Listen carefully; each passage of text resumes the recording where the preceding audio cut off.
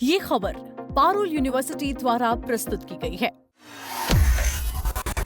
भाजपा के राष्ट्रीय अध्यक्ष नितिन नवीन के राज्यसभा सदस्य बनने के बाद खाली हुई बांकीपुर विधानसभा सीट पर होने वाला उपचुनाव साधारण नहीं है। सरकार के बहुमत पर इसके नतीजों का कोई असर नहीं पड़ेगा, लेकिन इसका राजनीतिक संदेश बिहार की राजनीति दिशा जरूर तय करने वाली है। इसका प्रभाव सत्ता पक्ष के साथ साथ विपक्ष की राजनीति पर भी पड़ेगा, क्योंकि अब तक दूसरों के लिए रणनीति तैयार करने वाले जनसुराज के प्रशांत किशोर यानी पीके पहली बार स्वयं मैदान में आ रहे हैं। राजद ने भी अपना प्रत्याशी घोषित कर दिया है और कांग्रेस को राहुल गांधी के विदेश यात्रा से लौटने का इंतजार है। सबसे बड़ी चुनौती विपक्ष के भीतर दिखाई दे रही है।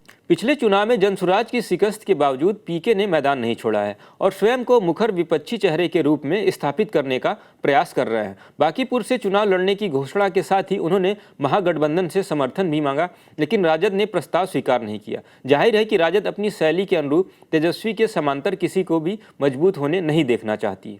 राजद के एक वरिष्ठ नेता ने तेजस्वी यादव की मजबूती बताई और कहा कि राजद यदि जनसुराज का समर्थन करता है तो पीके की राजनीतिक स्वीकार्यता बढ़ जाती और वोट बैंक बिखरने का खतरा भी काफ़ी ज़्यादा बढ़ जाता।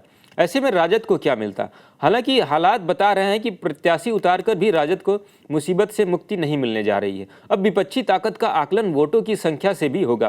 पीके को यदि राजद से ज़्यादा वोट आ गया तो तेजस्वी का तिलिस्म टूट सकता है। दोनों स्थितियों में दबाव कम नहीं होगा। तेजस्वी यादव के समानांतर किसी अन्य चेहरे को उभरने से रोकने की चाल राजद पहले भी अपनाता रहा है। 2019 के लोकसभा चुनाव में बेगूसराय से भाकपा प्रत्याशी कन्हैया कुमार का राजद ने खुलकर विरोध किया और उनके खिलाफ अपना प्रत्याशी उतार दिया था। इसी तरह 2024 के लोकसभा चुनाव में पूर्णिया से पप्पू यादव को कांग्रेस का टिकट नहीं लेने दिया गया और बाद में उनके निर्दलीय चुनाव लड़ने पर उन्हें हराने के लिए पूरी ताकत झोंक दी।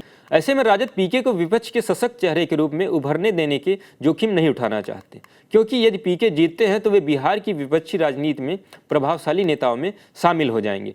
लेकिन अगर हार जाते हैं तो उनके लिए दोबारा उसी राजनीतिक ताकत के साथ वापसी करना आसान नहीं होगा। ऐसी स्थिति में तेजस्वी यादव को स्थिति विपक्ष के प्रमुख चेहरे के रूप में यह चुनाव भाजपा और मुख्यमंत्री सम्राट चौधरी के लिए प्रतिष्ठा का प्रश्न भी बन गया है। बांकीपुर 3 दशक से भाजपा का प्रमुख गढ़ रहा है। पहले नवीन किशोर, उसके बाद उनके पुत्र नितिन नवीन लगातार यहां से जीत दर्ज करते आ रहे हैं।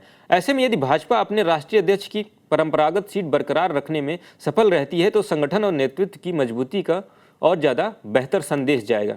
लेकिन हार की स्थिति में विपक्ष इसे भाजपा के लिए बड़े झटके के रूप में प्रचारित